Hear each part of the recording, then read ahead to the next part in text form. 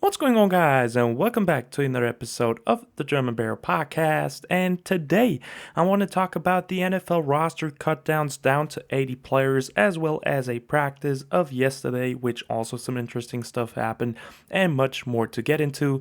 So, with that being said, I want to start off talking about Matt Eberflus and the Chicago Bears. The team is now approaching the third preseason week and is about to play the Cleveland Browns in the preseason finale. So, really, the last true test before the NFL season regularly starts. And Matt Eberflus also confirmed something very interesting and something pretty much unusual to the rest of the league because he is about to play the starters, first of all, and we will actually also see the most out of the starters that we saw for the entire preseason. So super excited for that. He said that the starters will play up to the half on Saturday's game, and it will be around 25 to 30 plays. Some players will get less snaps, some will get more. So we'll definitely see the biggest portion of the preseason yet by our starters. So I'm super excited for the preseason finale.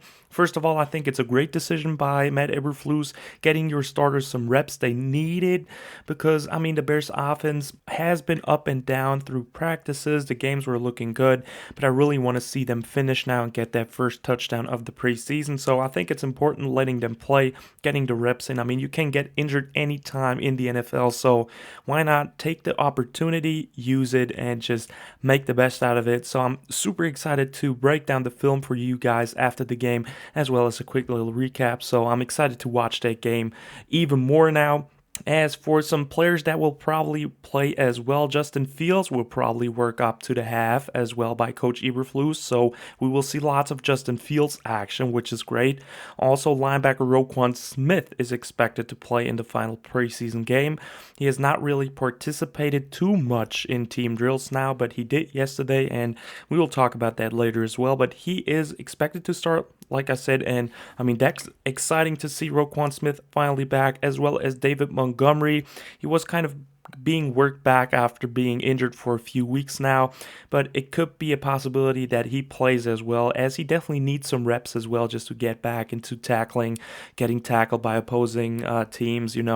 So I think it's great hearing that about these players, and I'm just excited for the upcoming game. So with that being said, let's move on to the NFL roster cutdowns.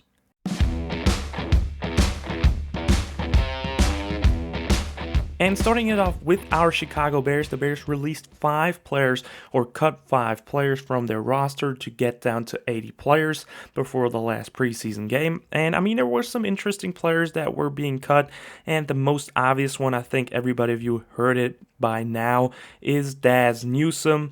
I thought Dazz Newsome had a pretty solid camp overall this year, but just up and down. And in my opinion, he should have at least gotten a shot for another week at least. He had a great catch against the Seattle Seahawks, had an amazing touchdown against the Chiefs. I thought he played kind of well. Yes, he had these bad drops on the punt returns, but one wasn't really his fault, and I thought he would at least get one more chance, but the Chicago Bears are cutting ties with the former 6th round pick of last season. Dazz Newsome is now officially no Chicago Bear anymore. It's super sad for me. Loved the guy, had a great attitude, really high character player, but unfortunately, it didn't work out for him. I hope he gets picked up and balls out somewhere else, but unfortunately, Dazz Newsome no longer a Chicago Bear. Also, offensive tackle Julian Davenport, who was on the Colts last season, but he was absolutely atrocious. Watched him against the Seahawks a bit more, and he looked absolutely terrible, so I'm super happy that he's gone, honestly. As for Jake Vargas, fullback that we just signed after I think David Moore got put on IR. That's right. Jake Vargas gets released once again. There was no really, I think he did not get a real true shot, but we have 2 fullbacks in Corey Blasingame and Jake Tonjes, so I don't see why we picked him up in the first place, but he's released. Also, defensive tackle LaCale London, that was kind of surprising to me. I think he was on the practice squad last season, or for the last 2 seasons even, and he was a solid player overall, but never really stood out. I think the Bears have better players in their rotation, so not really surprised. but he was also a player that sticked on the Bears for a few years now, so he will be gone. As for the last player that we released yesterday, it was Bo Pete Keys, cornerback that got really burned against the Seahawks, then made up for it with some nice plays, and then got burned again. I mean, we just have a better secondary at this point, and there was no place for Bo Pete Keys. Thank you for your service, but I mean, hopefully everybody of these guys will get signed anywhere else, but it just didn't work out for them, and it's unfortunate, especially Dazz Newsome hurts. As for the rest of the guys, I mean, those were expected roster cuts, so that was no surprise there. And now I actually want to move on to the NFL in general because 3 wide receivers got cut that really caught my eyes. I want to talk about them real quickly. First of all, the Falcons released 2 interesting wide receivers. The first of them being Auden Tate, wide receiver, 6'5", 228 pounds, really big-bodied receiver, and he's incredibly talented. Got drafted in the 7th round back in 2018 by the Bengals and had a really solid overall career. Obviously, the last 2 years now with the Bengals, they really upgraded their wide receiver room with T. Higgins. Tyler Boyd was already there, and then Jamar Chase last season. So his snaps decreased over the years, but especially in 2019, he started 10 games and was appearing in 12 games overall, had 575 yards and a touchdown in that season. So really good stats for one season and only 10 games started.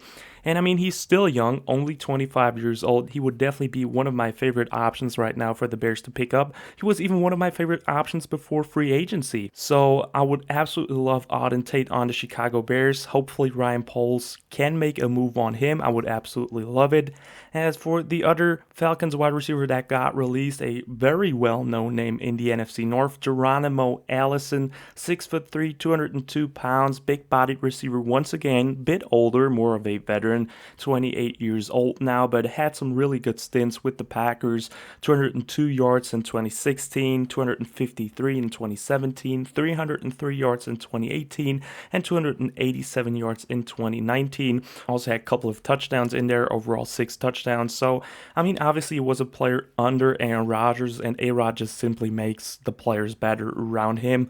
But maybe he would be a big-bodied option to just get into the locker room, get into the receiving room. He's a veteran, he knows the NFC North, and he's also a good player, can be productive for your team.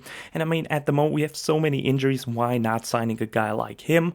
And the last guy I want to look at is Albert Wilson. Wilson, a bit on the smaller side, 5'9", 30 years old, so a true veteran at this point. Had some really nice seasons with the Kansas City Chiefs, some 451-yard season in there, a 554-yard season, and also really good first season with the Dolphins, 391 yards and 4 touchdowns. Pretty productive, especially in only 7 games that season.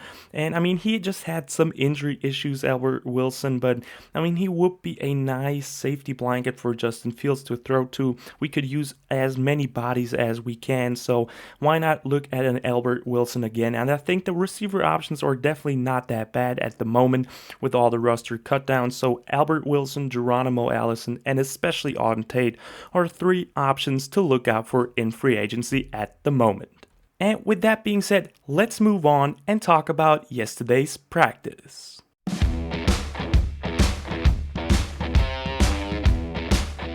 And at yesterday's practice, not a lot was reported because it was close to the public, but it was a padded practice, so there were once again some big hits, and I mean, we had Roquan Smith back in pads for the first time in 2022, which was great to see. Also, some news on Khalil Herbert and Velus Jones Jr. Those 2 didn't participate in yesterday's practice. I don't know what the real reasoning was, but not a great look for them. I mean, I would love to see Velus Jones Jr. one more time in the preseason, but let's see how that goes.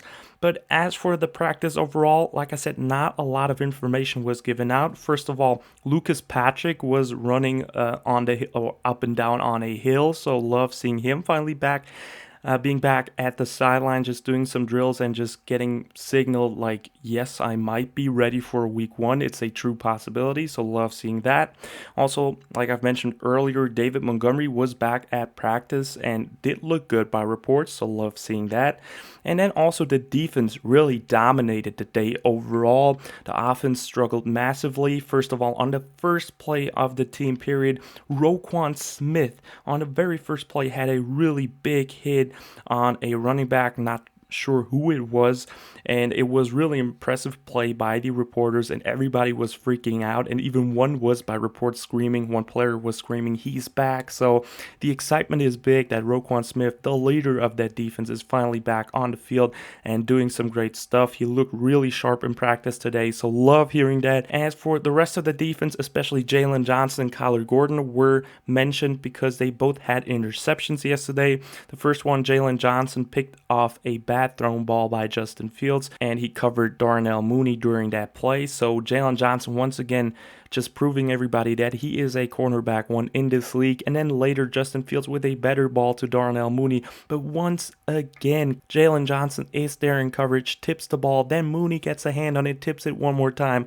and Kyler Gordon is back there and picks it off ultimately for a defensive turnover. So absolutely love it. Kyler Gordon and Jalen Johnson, our best two cornerbacks, showing out in practice. And the offense, like I said, struggled a lot, but that can be a good sign as well, just showing them once again where they need to start off, where they have to look at. And I mean, they definitely got better every time after a bad practice. They bounce back with a better practice. So I'm not worried about these reports, but just love the reports about the defense actually balling out. And with that being said, that already wraps up the practice report, guys. Not too much else to talk about, but that's already the end of the video, guys. I hope you've enjoyed it. Definitely stay tuned for the game preview against the Cleveland Browns. Super excited for the upcoming game. Like and subscribe if you liked the video. Check out Instagram and Twitter if you want to as well. And as always, guys, bear down.